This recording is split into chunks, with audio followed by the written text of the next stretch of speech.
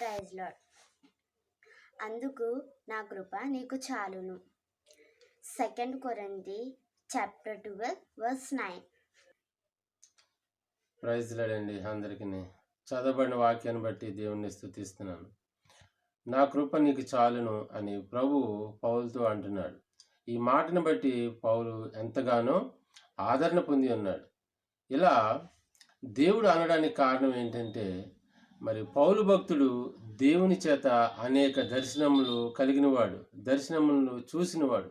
అయితే వాటి విషయంలో మరి పౌలు ఇందులో కూడా హెచ్చిపోకుండా ఉండినట్లు దేవుడు తన శరీరంలో ఒక ముళ్ళు అమర్చి ఉన్నాడు. ప్రియ దేవుని బిడ్డలారా, ఆ ముళ్ళు ఏమిటని మనం ఆలోచన చేస్తే, అపోస్తలుడైన పౌలు గారికి కనుదృష్టి మందముగా ఉన్నట్లు అనేక మంది భక్తులు మరి తెలియపరుస్తున్నారు.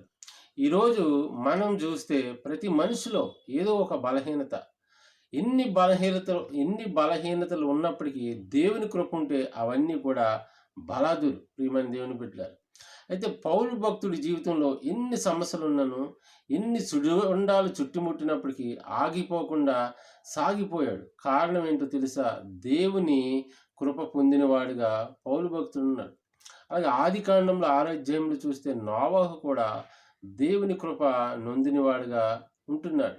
ఆ తరంలో పాపమును బట్టి అందరూ నశించిపోయినప్పుడు కూడా నోవహు మాత్రమే, తన కుటుంబం మాత్రమే రక్షించబడింది, జీవించి ఉన్నారు. కారణం ఏంటంటే దేవుని కృప నోవహు పొందినవాడుగా ఉన్నాడు.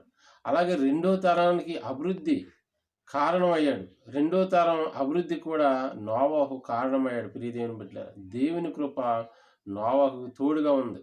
ఈరోజు మనకు కూడా ఎన్ని సమస్యలున్నా, ఎన్ని బలహీనతలు ఉన్నప్పటికీ దేవుని కృప ఉంటే మనకెంతో మేలు.